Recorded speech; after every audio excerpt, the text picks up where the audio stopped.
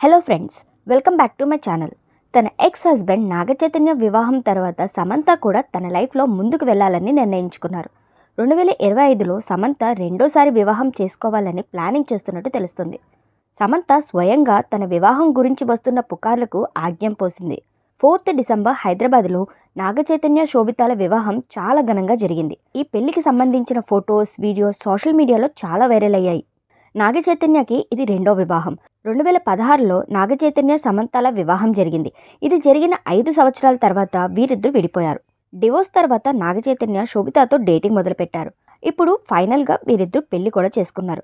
కానీ ఇంకోవైపు సమంత డివోర్స్ తర్వాత డిప్రెషన్కి లోనై కొన్ని అనారోగ్య కారణాల వల్ల 6 నెలల పాటు ఫారిన్లో ట్రీట్మెంట్ తీసుకోవాల్సి వచ్చింది. సమంత కోలుకుంటుంది అనేసరికి నాగచైతన్య తనకి పెద్ద సర్ప్రైజే ఇచ్చారు. కానీ చూస్తుంటే సమంత కూడా తను రెండో పెళ్లి చేసుకోవడానికి సిద్ధపడినట్టు అనిపిస్తుంది.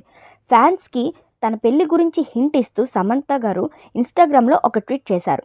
అందులో 2025 సంవత్సరంలో 3 రాసుల వారు, వృషభ రాశి, కన్యా రాశి మరియు మకర రాశి వాళ్ళ భవిష్యత్తు ఎలాగుండబోతుందో చెప్పారు. ఈ పోస్ట్లో ఈ 3 రాసుల వారికి ధనలాభం మరియు ఆర్థిక లాభం బాగా కలుగుతుంది అని ఉంది. అంతేకాదు, అన్నిటికన్నా ఇంట్రెస్టింగ్ విషయం, ఈ రాసుల వారికి ఒక డెడికేటెడ్ లవింగ్ పార్ట్నర్ కూడా దొరుకుతారు అని ఉంది. ఈ పోస్ట్ని షేర్ చేస్తూ సమంత గారు ఆమెన్ అని రాసుకొచ్చారు. దీన్ని బట్టి సమంత 2025లో ఇవన్నీ తన లైఫ్లో కూడా జరగాలని ప్రార్థిస్తున్నట్టు తెలుస్తుంది. ఇక సమంతకి ఎప్పుడు నిజమైన లవింగ్ పార్ట్నర్ దొరుకుతారో లేదా ఆల్రెడీ దొరికేశారో వేచి చూడాల్సి ఉంది. కానీ సమంత తన జీవితంలోకి, మనసులోకి ఇంకొకరిని ఆహ్వానించడానికి సిద్ధంగా ఉన్నట్టు అర్థమవుతుంది.